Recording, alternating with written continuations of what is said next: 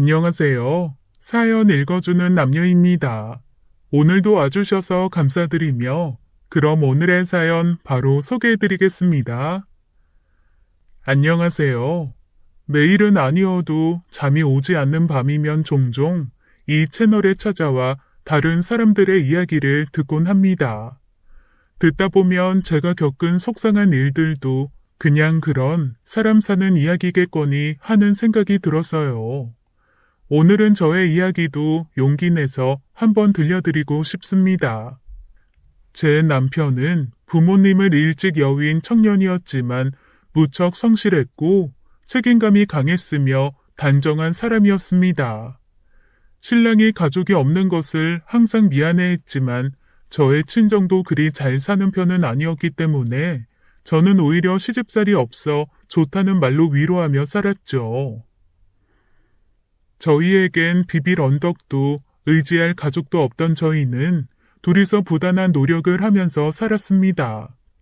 아이를 가지기 전에는 저도 공장이나 시장에 나가 하루하루 일당을 벌어 생활비에 보탰었고 남편 또한 직장에서 엄청난 노력을 했어요. 회사 퇴근한 후에는 아르바이트도 하면서 한 푼 한 푼 열심히 벌었습니다.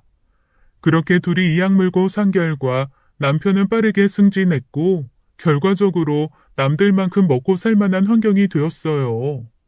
동해의 작은 도시에 아파트도 하나 장만할 수 있었습니다.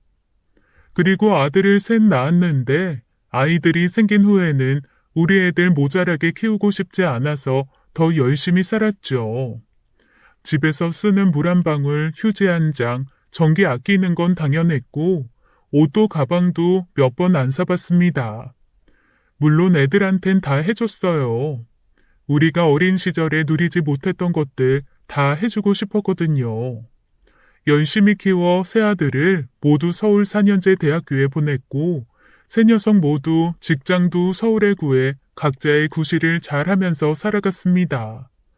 그러다 나이가 차 결혼할 때가 되었는데 드라마에 나오는 것처럼 성대하진 않아도 남부럽지 않은 정도로는 해주고 싶어서 결혼 자금도 열심히 모아 결혼시켰어요. 첫째, 둘째까지 결혼시키고 늦둥이 셋째 아들이 결혼할 사람을 데려왔습니다.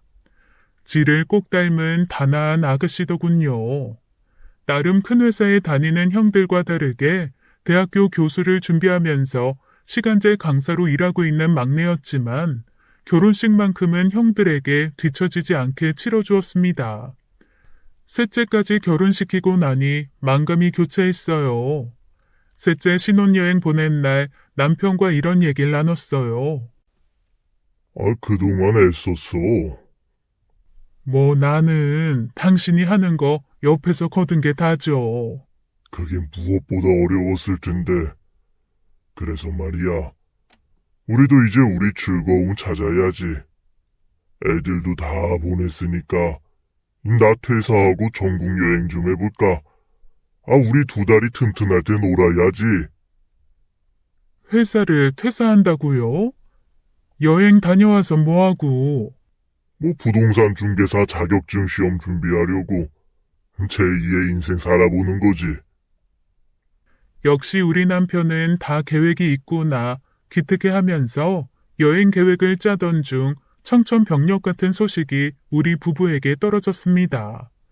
3년 전에 완치된 줄 알았던 남편의 갑상선암이 재발한 것이었죠. 그때는 암 크기가 작았고 수술도 어렵지 않았기 때문에 다른 암들에 비해 비교적 쉽게 나아 천운이라고 생각했었는데 3년이 지나 재발하다니. 서울의 유명한 병원에 바로 입원을 했지만 재발이었기 때문에 상황은 더욱 안 좋았습니다. 이미 이곳저곳 전이도 많이 된 상황이었어요. 최선을 다해 남편 곁에서 간호를 했지만 남편의 병세는 악화되어 가기만 했습니다. 합병증까지 와서 폐렴도 앓게 되었죠. 서울로 취업을 해서 서울에 신혼집을 차린 아들들도 남편의 병간호를 도왔습니다. 엄마, 들어가요. 오늘은 내가 있을게. 그냥 있는다고 될 일이 아니라 아빠 가래도 잘 빼줘야 되고. 뭐? 아이, 가래를 뭐 어떻게 빼? 그냥 엄마가 할게. 집에 가 있어. 에이, 왔는데 또 어떻게 그냥 가? 있을게요. 물론 자리만 지키는 게 다이긴 했어요. 큰아들도 둘째도 시간이 될 때마다 얼굴을 비췄지만 진짜 지극정성인 건 막내 아들이었습니다. 막내는 어디서 배워왔는지 가래 빼는 의료기구인 석션 사용법도 알아서 저 대신 남편의 가래도 열심히 빼주고 수시로 재서 전달해야 하는 혈압과 체온도 부지런히 해주더군요. 다른 두 아들이 들으면 서운할지 모르겠지만 막내가 올 때만 저는 마음 편히 남편 옆자리를 비우고 임시로 잡은 병원 근처의 방에 가서 밥도 먹고 씻고 또 조금이나마 잠도 잘 수 있었어요. 하지만 이런 정성이 부족했는지 아니면 운명이라는 건 정말 정해져 있는 건지 남편은 1년쯤 투병하다가 결국 세상을 떠났습니다. 험하고 각박한 세상, 오직 남편의 두꺼운 손 잡고 의지하면서 열심히 살았는데 그때는 정말 하늘이 무너지는 것 같더군요. 하지만 인생은 현실이었고 언제까지 슬픔에 잠겨 있을 수는 없었습니다. 이런저런 현실적 문제들이 제 눈앞에 있었으니까요. 하나하나가 돈인 장례 절차를 밟으면서 정신을 차렸고 새 아들과 함께 남편의 장례를 치렀습니다. 장례식장에는 정말 많은 사람들이 왔어요. 그리 바쁘게 살면서도 주변 사람들을 잘 챙긴 건지 생각보다도 더 많은 사람이 와서 남편의 죽음을 슬퍼해줬고 부조금도 꽤나 많이 들어왔습니다. 남편의 장례식 정산을 모두 치르고도 꽤 많은 돈이 남았어요. 장례식장에 와준 분들에게 인사치레 할 수 있는 돈들을 새 아들과 각각 나눠 가진 후에도 1,000단위의 돈이 남았습니다. 첫째 아들과 둘째 아들은 이것도 4등분해서 나눠 가지죠. 아빠 손님만 있는 거 아니잖아. 이것도 나눠 가지자는 의견이었지만 셋째 아들이 단호하게 말했습니다. 그래도 그건 좀 아닌 것 같아. 엄마가 가지고 계세요. 비싸야 할 곳이 있을 수도 있고. 다른 두 아들은 못내 아쉬운 기색이었지만 결국 남은 돈은 제가 가지고 있게 되었어요. 그 후로 의논된 것은 저의 거처였습니다. 세 아들은 모두 저를 혼자 둘 수 없고 자기들이 데리고 살겠다는 의견을 보였습니다. 일단 엄마 혼자 지방에 사는 건 좀 아닌 것 같아. 요즘 세상이 아무리 좋아졌다고 해도 여자인 엄마 혼자 사는 건 좀 아니야. 우리가 모시는 게 좋을 것 같으니까 장남인 내가 모실게요. 결론적으로 저는 집을 팔고 아들들의 집에 있기로 했죠. 세 아들들은 엄마를 누가 모실 것이냐로 말을 나누기 시작했어요. 큰아들은 처음부터 그랬던 것처럼 장남인 자기가 모시겠다고 했습니다. 하지만 둘째 아들의 뜻도 너무 강력했죠. 큰형은 맞이라서 엄마 사랑 듬뿍 받고 자랐지. 막내도 늦둥이라서 엄마랑 추억도 많잖아. 나는 애매한 둘째라서 엄마랑 시간을 많이 못 보냈어. 둘째 딸만 서러운 게 아니라 둘째 아들도 서럽다고. 내가 모시고 싶은데 이 사람도 좋다고 했고 말이야. 있겠지? 둘째 아들의 질문에 둘째 며느리가 대답했습니다. 맞아요. 저는 친정어머니가 일찍 돌아가셔서 친구들이 엄마랑 뭐 하는 거 보면 너무 부러웠거든요. 지금이라도 어머님이랑 같이 엄마랑 못 해봤던 것들 하면서 살고 싶어요. 저희가 모실게요. 첫째 아들이 지지 않고 말했습니다. 마음 잘 알지. 그래도 부모님은 장남인 내가 모시는 게 맞는 것 같아. 이건 전통이고 관습이잖아. 내가 모실게. 자주 놀러와. 결국 저는 첫째 아들 집에서 살게 되었습니다. 그리고 거처에 대한 상의가 끝나자 셋째 아들이 조용히 와서 저에게 말하더군요. 엄마, 제가 형편이 안 돼서 모실 수 없어서 죄송해요. 마음 같아선 제가 모시고 싶은데. 아니다. 그 마음만으로도 충분해. 너는 얼른 자리 잡아서 니처랑 같이 애 잘 키울 생각이나 해. 엄마 걱정은 안 해도 된다. 셋째는 고개를 떨궜지만 제 마음만큼은 참 든든했어요.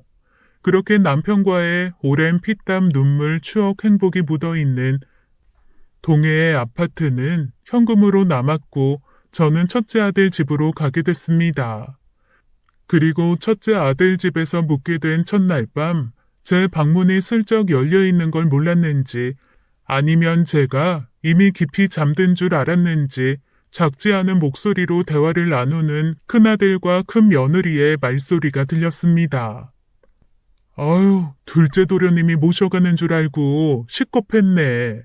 에이, 뭐 그렇게 둘 리가 있나? 당연히 장남인 내가 모셔야지. 근데 진짜로 재산 많은 거 맞지? 당연하지. 우리 아버지가 인생을 어떻게 살았는데 일은 열심히 생활은 검소하게 먹고 살만했을 때도 투잡을 뛰셨다니까. 모아둔 돈은 몰라도 아파트 하나쯤은 더 있을걸? 그거 꼭 우리 거로 만들어야 되는 거 알지? 그러려고 엄마 모시고 온 거 아니야. 당신은 엄마 보필이나 잘해. 아주 솔직히 조금의 예상은 했지만 그냥 알고 있는 거랑 확인을 받는 거랑 정말 다른 거 아시죠? 그래도 조금의 희망과 믿음을 가지고 있었는데 결국 재산 때문에 나를 기꺼이 모시겠다고 한 거라니 정말 충격적이었습니다. 하지만 그래도 저는 꿋꿋하기로 했어요. 모르고 살다가 나중에 당하는 것보단 알고 당하는 게 낫다는 생각도 들었습니다. 큰아들과 큰며느리는 저에게 정말 지극정성이었어요. 어머니, 오늘은 뭐 드시고 싶은 거 없으세요? 어머니 좋아하시는 육회 좀 떠올까요? 아니, 오늘은 입맛이 없어서 괜찮다. 어머, 우리 어머니 입맛 없으면 안 되는데. 그럼 제가 시원한 물김치 한 사발 사올게요. 그거에 소면 말아서 드셔요. 입맛 없을 땐 그게 최고잖아요. 제 손에 물 한 방울 안 묻히게 하는 건 물론이고 제 식사까지 꼼꼼하게 챙기는 큰며느리. 엄마, 이번 주말에 우리 어디 좀 나갈까? 엄마 꽃 좋아하잖아. 여기 어디 축제한다던데. 갑시다. 생전 같이 어디 놀러 간 적이 없는데 엄마 모시고 나들이 가겠다는 큰아들. 속내를 아는 저는 마음이 착잡했지만 그냥 즐기기로 했습니다. 그렇게 2주 정도 흘렀을까요? 큰아들이 거실 소파에 저를 앉혀놓고 말하더군요. 엄마, 저기, 무슨 말을 하는데 그렇게 뜸을 들여. 그냥 말해봐. 나 사실, 회사 생활이 너무 힘들어서. 응? 회사 생활이 힘들어? 직장 생활이 나랑 잘 안 맞는 것 같아. 엄마도 아시다시피 내가 좀 대차잖아. 회사 생활하는 것보단 내 사업하는 게 좋을 것 같아서. 이 사람이랑 카페라도 차리면 좋을 것 같은데 어떠셔? 네가 그게 좋을 것 같으면 하면 되지. 근데 자금은 있는 거야? 그런 거 6개월은 먹고 살 수 있는 자본이 있어야 시작할 수 있다던데. 역시 우리 엄마 계산이 빠르네. 그래서 엄마가 돈을 좀 미리 주면 어떨까 하는데. 응? 돈? 나 돈 없어. 에이, 왜 이러셔? 아버지가 남긴 거 있을 거 아니야. 아파트 판 돈도 현금으로 남은 거 아니야? 아파트 판 돈 다 네 아버지 병원비 때문에 빚진 거랑 또 니들 결혼식 비용 때문에 빚낸 거 갚았지. 뭐? 아버지 병원비 보험비 있잖아. 네 아버지 성격에 보험 같은 게 있었겠니? 10원 한 장도 아끼는 양반이었는데 무슨 보험? 다른 부동산도 없고? 아들 새 키우느라 등골 빠지는 집에 부동산이 또 어딨어? 그때 아들의 얼굴을 설명하자면 화산이 따로 없었습니다. 얼굴은 시뻘개져가지고 울그락불그락 머리에서 김이 나는 것 같더군요. 그 표정을 보니 뭔가 좀 통쾌하면서도 씁쓸했습니다. 만감이 교차했죠. 저에게 남겨진 유산이 없다는 거란 큰아들 부부의 태도는 그날부터 확 달라졌어요. 입맛 살리시라고 사다 주던 동치미는 개뿔, 김치라도 주면 다행이었습니다. 거의 맨밥 같은 밥을 내어주곤 했는데 저도 상전 노릇하려고 이 집에 살고자 한 건 아니었기 때문에 제 밥은 제가 차려 먹곤 했죠. 물론 며느리가 어머니, 냉장고에 손대지 마시라고요. 제가 정리 다 해놓은 건데. 참, 아휴. 면박을 주긴 했지만 그럴 때면 저도 지지 않고 냉장고가 지저분해서 정리한 건 줄 몰랐다 얘. 다음부턴 조심하마. 대꾸를 해주었습니다. 하루는 제가 홈쇼핑을 보는데 둘째 손주에게 사주면 좋을 것 같아서 구매 방법을 큰며느리에게 물어봤거든요. 근데 에휴, 어머니 이런 거 사는 법도 모르세요? 게다가 저희 거 뭐 사주시는 것도 아니고 둘째네 조카요? 아니 애들 장난감이잖니. 서운하면 미리 사주랴?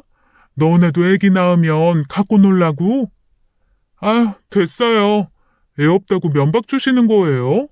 아니 참, 돈도 없다는 양반이 뭘 사신다고 그래. 됐다. 나도 인터넷 검색할 줄 안다. 내가 알아서 사마. 옆에서 입을 삐죽이는 큰며느리를 두고 스마트폰으로 방법을 검색해서 구매를 해 둘째네 집에 장난감을 보냈습니다. 며칠 후 큰아들 집에서 산지 한 달쯤 되었을 때 둘째 아들에게 전화가 왔죠. 엄마, 아이 무슨 선물을 다 보냈어. 아니 홈쇼핑 보는데 우리 손주 잘 가지고 놀 것 같아서. 어때? 마음에 든대? 할머니가 사준 거라고 신났지 뭐. 뭐 형이랑 산지 이제 한 달 정도 됐나? 잘 지내고 계셔? 이제 딱 한 달 되어가지. 왜? 데리러 오게? 아이 나는 너무 좋지. 아무리 생각해도 내가 모시고 싶은데 말이야. 아이 나 엄마 밥도 먹고 싶고 이 사람도 애 유치원 가면 심심하다고 뭐 엄마랑 수다 떨면서 커피도 마시고 그러고 싶다는데 우리 집으로 오셔. 네 형이랑 말해볼까 그럼? 큰아들 집에서 산 지 딱 한 달이 되던 날 저는 짐을 싸서 둘째 아들 집으로 향했습니다. 큰아들은 당연히 반갑고 신난 기색이었죠. 남겨줄 유산 하나 없는 엄마를 더 이상 모시지 않아도 되니까 말이에요. 반면 둘째 아들은 눈물을 글썽이면서 저를 반겨주었습니다. 서러운 둘째라서 엄마 손과 엄마 품이 그립다던 말이 거짓은 아니었는지 제가 집에 오자마자 이런 부탁을 했죠. 엄마, 어렸을 때 큰형 소풍 가면 싸줬던 김밥 있잖아. 그날 내 도시락도 김밥이었는데 기억나? 나 그게 너무 먹고 싶어. 큰애랑 둘째가 아직 초등학생이었을 때 큰애 때까지는 소풍김밥을 직접 싸주었었거든요. 둘째가 소풍 다닐 즈음엔 전국에 김밥 체인점이 많이 생겨서 김밥을 사서 도시락에 넣어주곤 했었는데 그게 영 마음에 남은 모양이었습니다. 듣고 보니 미안한 마음이 들어서 재료를 사와서 김밥을 싸주겠다고 했어요. 그러자 둘째 며느리가 냉큼 말하더군요. 어머니, 그럼 저랑 같이 장 보러 가요. 저 엄마 손잡고 마트 가서 시식도 하고 장도 보는 게 소원이었어요. 친정 어머님이 일찍 돌아가셔서 친정 아버지 손에 길러졌다는 며느리가 성격 좋게 달라붙었습니다. 저도 기쁜 마음으로 함께 마트에 갔죠. 함께 장을 보는 건 즐거웠어요. 아들 셋만 키우느라 큰 장을 볼 때면 막내가 짐꾼으로 오기나 했지 이렇게 하하호호 수다 떨면서 장을 보는 건 저도 처음이었습니다. 애아빠가 어머님 제육볶음도 엄청 좋아해요. 나중에 저도 레시피 알려주세요, 어머님. 딸이 있었다면 딱 이런 느낌이었겠구나. 살가운 며느리가 너무 예뻐 보였습니다.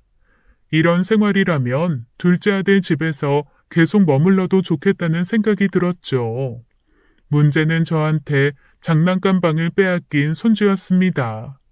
제가 이 집에 들어오기 전까지 손주에게는 원래 공부방과 장난감방 두 개가 있었는데 하나를 고스란히 할머니한테 빼앗기고 만 거죠.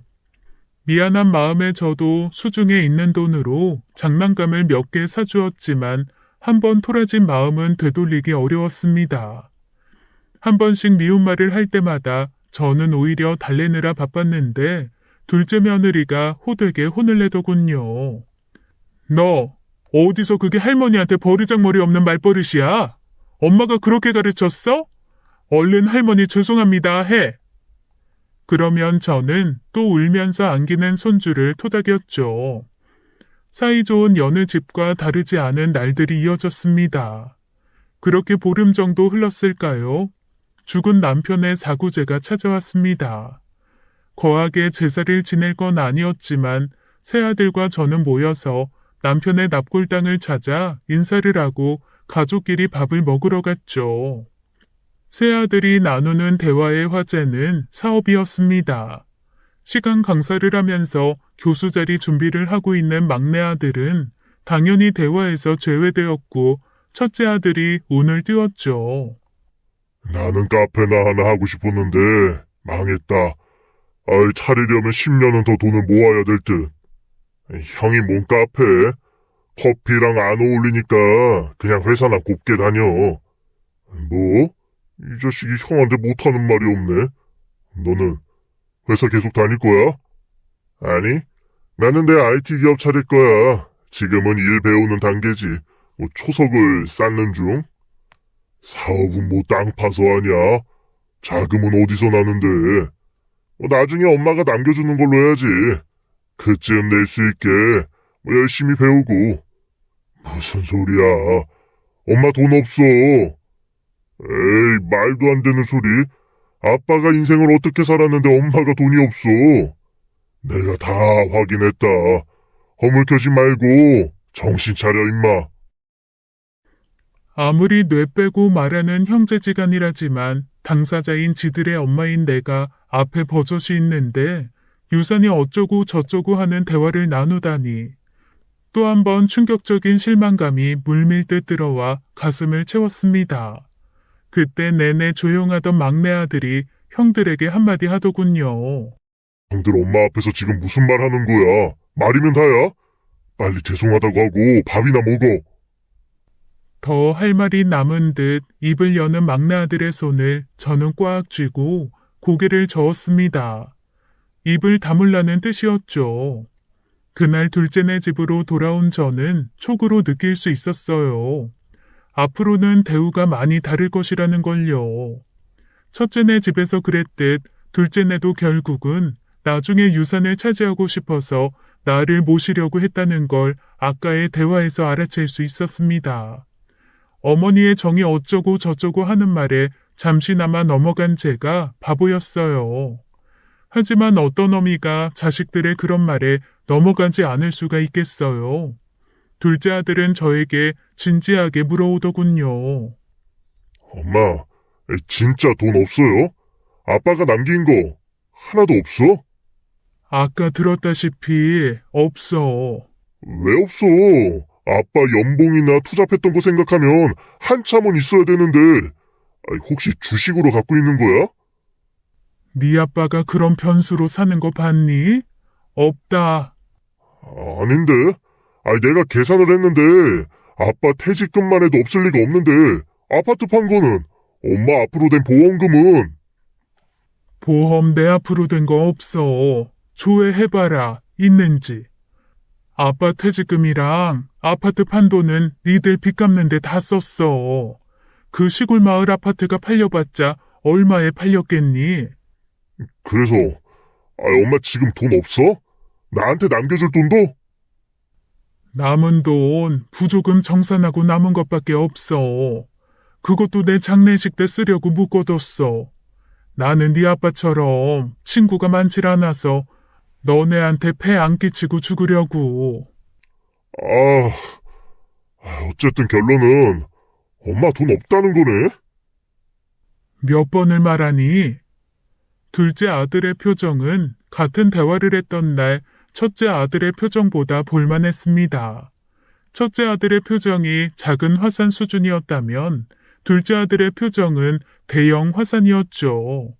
다른 점이 또 있었는데 그 대화를 듣고 있던 며느리의 표정도 아주 볼만했다는 겁니다.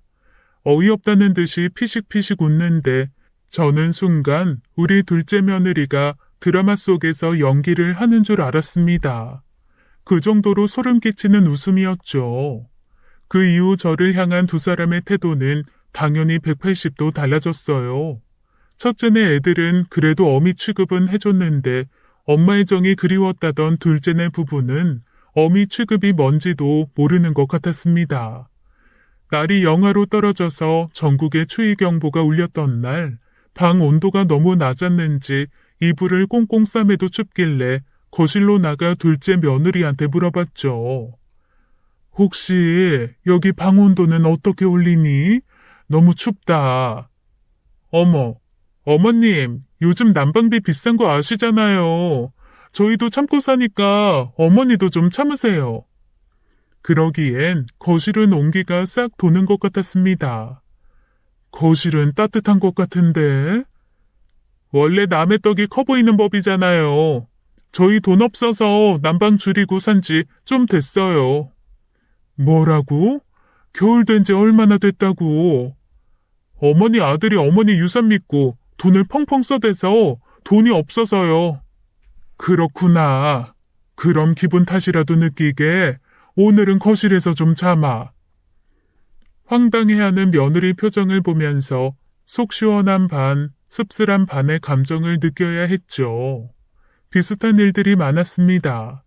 방에서 조용히 영상을 보다가 집이 너무 조용해서 거실로 나가봤는데 아까까지만 해도 떠들썩하니 같이 텔레비전을 보던 아들과 며느리 손주가 안 보이더군요. 나갔나 보다 하고 방에 들어가려다가 문득 출출해서 뭐 먹을 게 있나 봤습니다. 딱히 먹을 만한 게 없더라고요. 반찬으로 해먹을 것도 없고 마침 라면이 있어서 오랜만에 라면 좋지라는 생각으로 라면을 끓여 김치랑 맛나게 먹었습니다. 아직 삶이 어려웠던 신혼 때 남편이랑 둘 다 일하고 오면 지쳐서 밥해 먹을 엄두가 안 나 라면 2개 끓여 계란 하나 탁 풀어 계란 노른자를 서로에게 양보하던 때가 떠오르더라고요.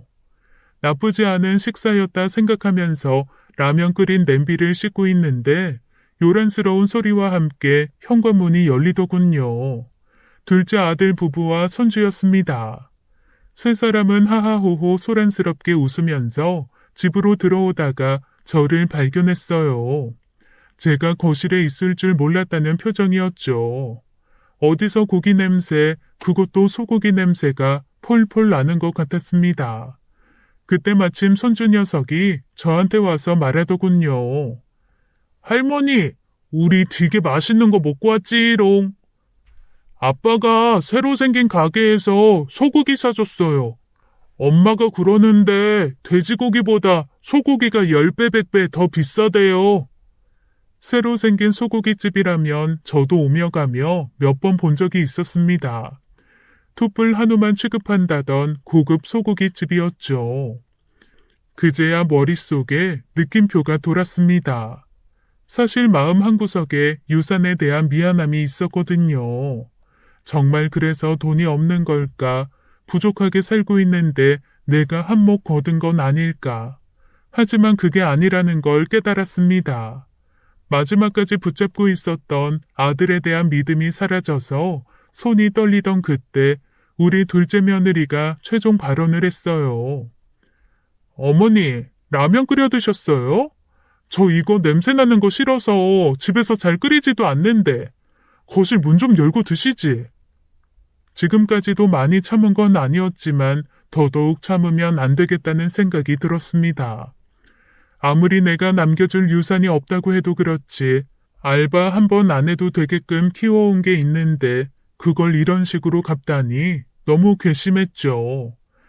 앞으로는 절대 당하고 살지 않겠다는 마음이 들었습니다. 그래서 그 다음부터는 모든 걸 제 손으로 직접 했어요. 원래도 제 손으로 대부분 했지만 더더욱 제가 다 했죠. 내 빨래도 내 밥 차려 먹기도 며느리한테 손도 못 대게 하고 제가 직접 했어요. 반찬 같은 것도 수중에 있는 돈으로 장을 봐서 해먹었는데 그걸 본 둘째 아들놈이 이딴 소리를 하더군요. 그래요. 엄마, 밥값은 하셔야지. 뭐라고 임마? 재워드리고 모시는 밥값 말이에요. 역시 우리 엄마는 요리는 잘해. 그거 나 먹으려고 만든 거다. 네 먹이려고 만든 거 아니야. 에이, 서운하게 왜 이러셔? 내가 이걸 밥값으로 퉁쳐주는 거잖아, 엄마. 안 그러면 한 달 생활비 조금씩 주시든가. 근데 엄마 돈 없잖아. 그렇게 따지면 여태 입히고 재워주고 한 돈 다 계산해서 내놔라. 네 키워준 값, 대학교 등록금 다 계산해서 내놔. 또 안 그래도 저를 미워하던 손주 새끼는 자기를 혼내는 엄마가 없자 더 막무가내였습니다. 툭하면 제 방에 들어와서 할머니 싫어. 여기 내 방이야. 그래, 그건 할머니가 미안해. 할머니 나가면 네 장난감 방 다시 해. 싫어. 이미 할머니 냄새 나잖아. 하루하루가 막장 드라마였습니다. 그러던 어느 날 영하 15도라면서 강추위에 조심하라는 경보 문자가 온 날 둘째 며느리가 제 방 문을 벌컥 열고 말하더군요. 어머니, 잠시 좀 나가주셔야겠어요. 뭐? 이 추위에? 어디로? 왜? 집에 중요한 손님이 올 거라서요. 근데 어머님 계시면 다 같이 불편하니까 좀 나가 있어 주세요. 아니, 이 추위에? 나 딱히 가 있을 곳도 없는데. 그러게, 여기 보름 넘도록 사시면서 친구 하나 안 사귀고 뭐 하셨어요? 집 밖으로 나가서 노인들이랑 인사도 좀 하고 하시지. 아유, 어쨌든 나가주세요. 아니, 그니까 어디로? 아, 그것도 제가 알려드려야 하는 거예요? 제 차에 가 계실래요? 네 차 고장난 거 아니니? 난방도 안 되는데 어떻게 있으라고. 근데 뭐 잠깐 있는 건 괜찮을 것 같은데요? 얼어 죽겠다 얘. 나는 못 나간다. 여기 방에 조용히 있을 테니까 그렇게 알아. 아니, 어머님이 있으면 불편하다고요. 여기 이불 드릴 테니까 제 차에 가 계세요. 자, 제가 데려다 드릴게요. 일어나세요. 겉옷 입으시고. 그렇게 얼떨결에 끌려 아파트 지하 주차장까지 갔습니다. 황당했죠. 이 엄동설안의 지하 주차장에 있는 고장난 지차에 있으라니 얼어 죽으라는 얘기나 마찬가지였어요. 아니 얘 봐라 이 추운데. 아니 왜 엄살이에요. 이보다 더한 추위에도 저기 역 가면 노숙자분들 안 얼어 죽고 잘 계시거든요. 내가 노숙자니? 얘가 말하는 거... 둘째 며느리는 제 말을 끊고 이불을 쥐어준 채 가버렸죠. 그때 바로 경보 문자가 왔습니다. 한파주의보, 오늘 밤 영하 15도, 노약자는 특히 외부 활동을 삼가주세요. 며느리 핸드폰에도 분명히 이 경보 문자가 왔을 텐데 별다른 생각이 들지도 않는 것 같았습니다. 저는 일단 이불을 가지고 차 안으로 들어갔죠. 생각할수록 너무 황당했어요. 여러 가지 생각이 들었습니다. 이건 정말 선 넘었다. 둘째 아들도 이런 걸 알까 모를까. 알면 뭐하고 모르면 뭐하나 결국 지 마누라랑 똑같은 놈인데. 일단은 셋째 아들에게 전화를 걸었습니다. 그리고 사정을 설명했죠. 막내는 극대노를 했습니다. 엄마, 근데 왜 그러고 있어? 그러지 말고 그냥 우리 집으로 와요. 아니야. 그래도 한 달은 있어봐야지. 아니야. 더 볼 것도 없고 그냥 우리 집으로 와. 머물 방이랑 이런 건 내가 어떻게 해볼게. 아니야. 일단 엄마 오늘만 좀 어디서 지내면 될 것 같은데. 내가 근처에 호텔 예약해줄게요. 예약하고 알려줄게. 기다려요. 그리고 10분 후 아들에게 다시 전화가 왔습니다. 엄마, 거기서 한 8분 걸으면 있는 땡땡 호텔 있거든? 엄마 이름 말하고 신분증 주면 되는데 신분증 챙겨서 나왔어요? 아니면 모바일로 받으면 될 텐데. 우리 셋째 막내 아들이 상세히 알려줘서 저는 차디찬 고장난 차 안 대신 좋은 호텔에서 1박을 할 수 있었습니다. 룸서비스로 괜찮은 음식도 시켜 먹고 품질 좋은 침대포에서 추위 대신 포근함과 함께 잠들 수 있었죠. 다음날 오전 잠에서 깬 시간은 9시였어요. 혹시나 며느리가 차 확인하러 왔을까 싶어 급히 발걸음을 옮겼습니다. 하지만 차에는 누가 왔다 간 흔적이 없어서 저는 바로 집으로 올라갔어요. 난장판이더군요. 거실에는 술병이 이리저리 굴러다녔고 안주로 먹은 듯한 각종 배달 음식들이 쓰레기랑 같이 엎어져 있었습니다. 그리고 거기에 제 둘째 아들이랑 며느리도 같이 굴러다니고 있더라고요. 대학 CC인 두 사람이 대학 동기들이랑 한판 벌인 분위기였습니다. 고작 대학교 동기들이랑 편히 놀려고 어미를 지하 주차장으로 내쫓다니 둘째 부부의 비정함에 한숨이 나면서도 이대로 있으면 내가 이걸 치워야 될 것 같다는 생각이 들었습니다. 그래서 재빨리 제 방으로 들어가 이불을 펴고 누웠죠. 아니나 다를까 30분 정도 지나자 아들이랑 며느리가 제 방문을 두드리더군요. 엄마, 아이, 나 너무 힘든데 이거 좀 치워줘. 어차피 하는 일도 없잖아. 어머니, 술판 좀 정리해 주시면 안 돼요? 나 어제 밤새도록 차에서 떨었더니 아무래도 독감인 것 같구나. 올마도 괜찮니? 일에 지장 없겠어? 두 사람은 아주 기겁을 하면서 문을 쾅 닫고 나갔습니다. 손주가 제 방문을 열려고 해도 그 방문 열지 마. 할머니 보지 마. 큰 소리가 제 귓가를 때렸죠. 아무리 가짜로 아픈 거지만 그래도 지 엄마가 독감이라는데 약 하나 주지 않는 아들을 보면서 또 한 번의 실망감도 느껴야 했습니다. 하루하루 지날수록 아들에 대한 실망감과 슬픔이 점점 무뎌지는 것 같았어요. 그러던 어느 날 똑같은 일이 또 한 번 일어났습니다. 이번에 둘째 아들의 직장 동료들이 오는 것 같았어요. 그래서 또 네 차에 가서 하룻밤 자고 오라고? 저번에도 잘 계시다 오셨잖아요. 그때 나 독감 걸려서 고생한 거 잊었니? 오늘은 그때보다 날이 따뜻하잖아요. 이불도 더 두꺼운 걸로 드릴게요. 어이가 없었지만 더 이상 말다툼도 하기 싫고 저야 또 다른 곳에서 1박하면 되니까 며느리가 주는 이불과 차키를 받아들고 집을 나왔습니다.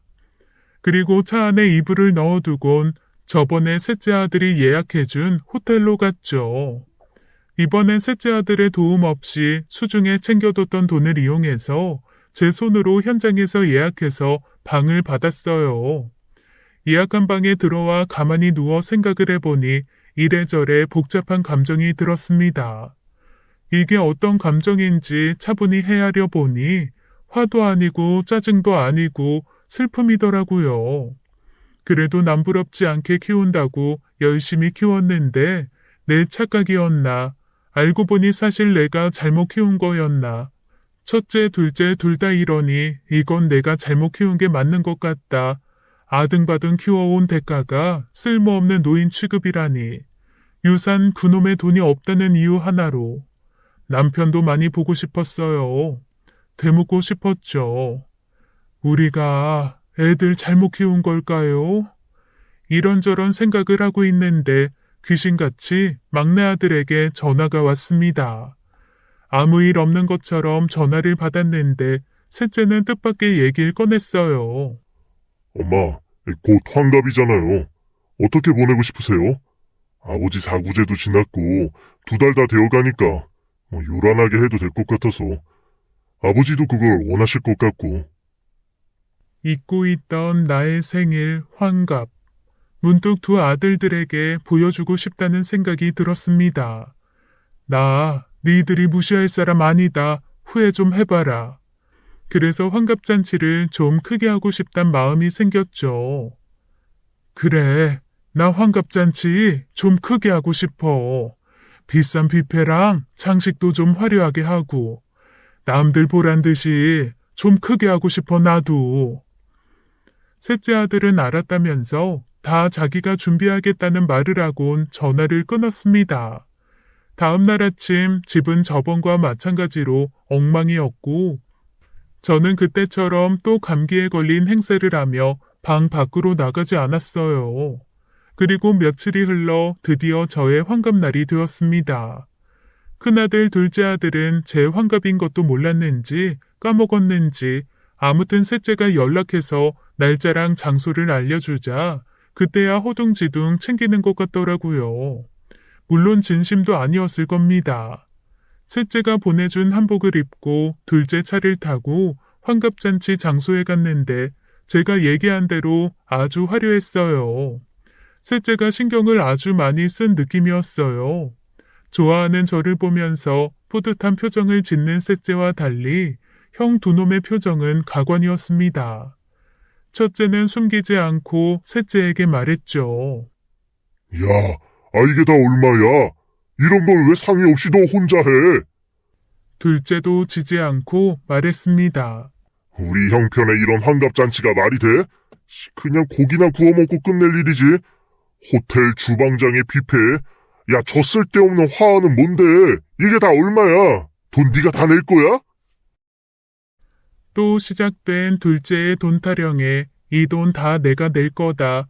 니들 돈 100원 한 장도 필요 없다. 외치려던 차에 셋째가 제 손을 꽉 잡고선 두 형들을 향해 말했습니다. 이거 내가 이미 계산 끝났어. 형들은 돈 안 내도 돼. 그리고 내일이면 엄마 둘째 형 내서 산지 한 달이지.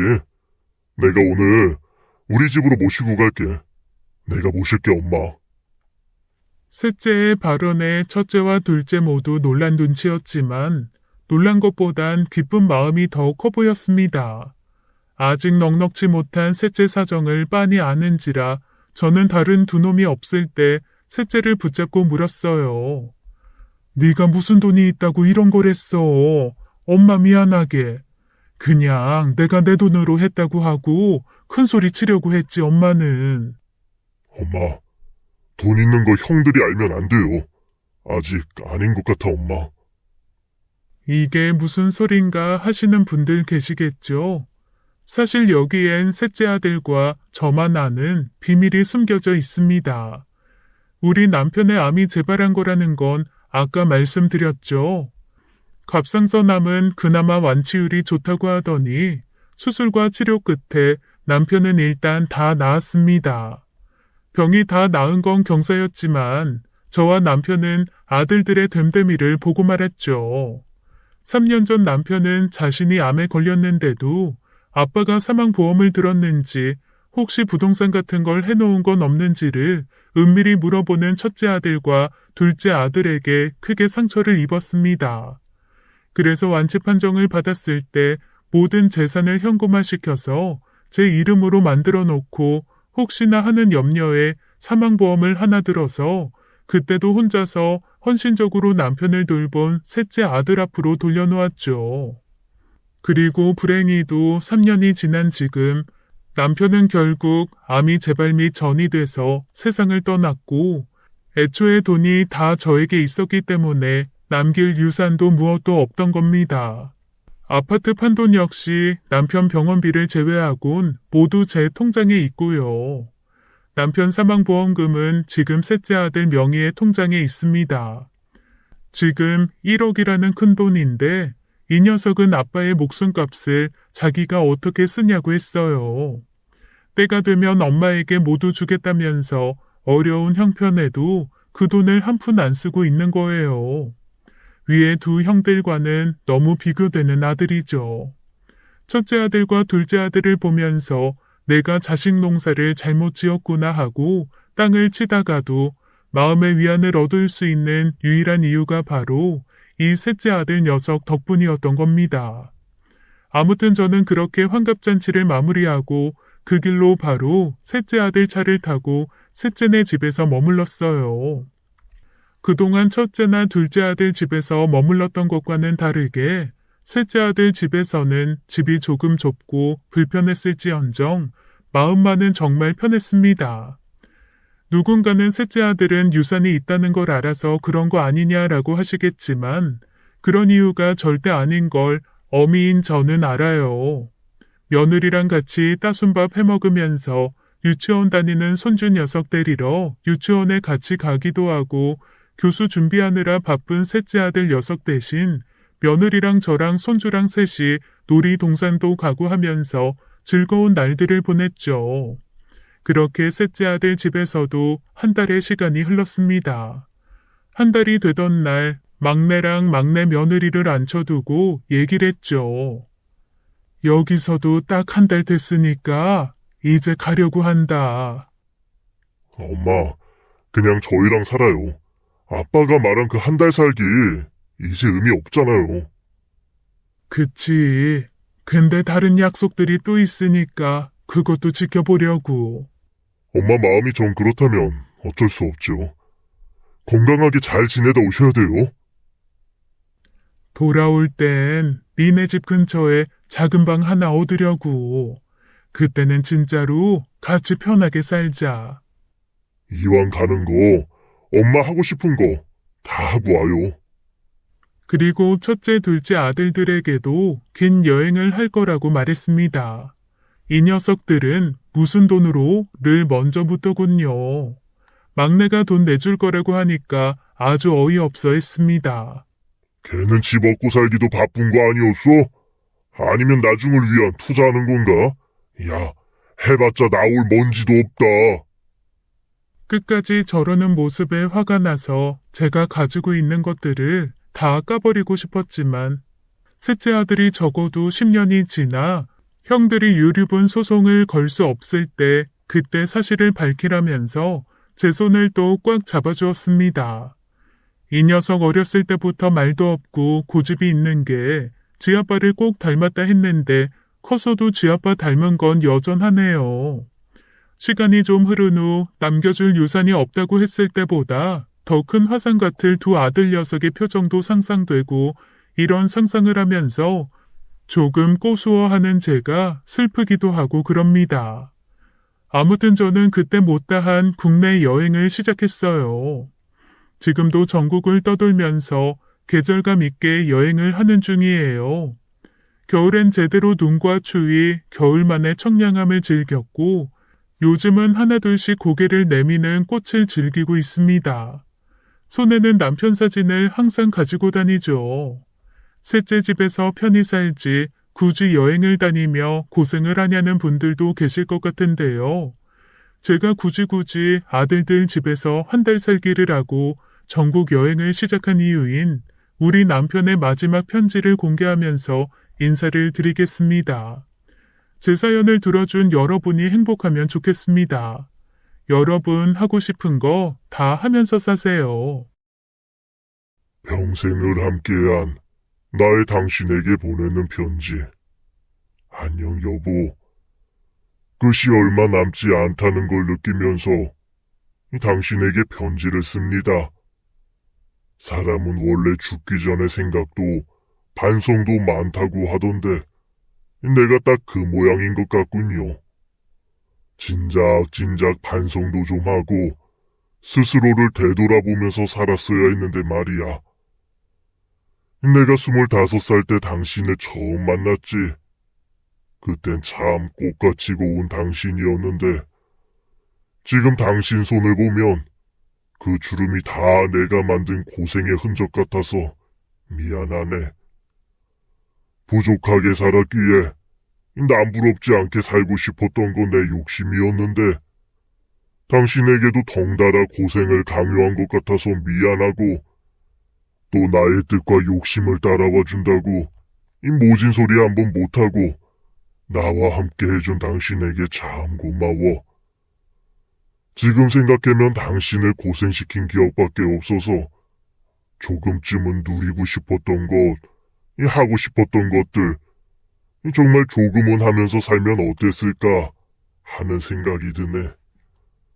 즐거운 기억이라고 하면 첫째 아들 녀석이 태어났을 때, 둘째 아들이 처음 엄마 소리를 했을 때, 셋째 아들이 일어나서 걷기 시작했을 때 그런 순간들이랄까. 이것들 모두 자식들에 대한 기억이지. 우리가 우리를 위해서 쓴 시간이나 행복, 그런 사소한 즐거운 기억이 우리에겐 없잖아. 당신 두고 가려니 이런저런 걱정들이 참 많아. 특히 걱정되는 건 우리 아들 녀석들이네. 3년 전 내가 처음 암에 걸렸을 때를 기억해. 나는 그때 두 녀석에게 상처를 받기도 했지만 내가 떠난 후 그 두 녀석이 당신에게 어떻게 할지가 눈에 보였어. 그러질 않길 바라지만 아마 내 느낌이 맞겠지.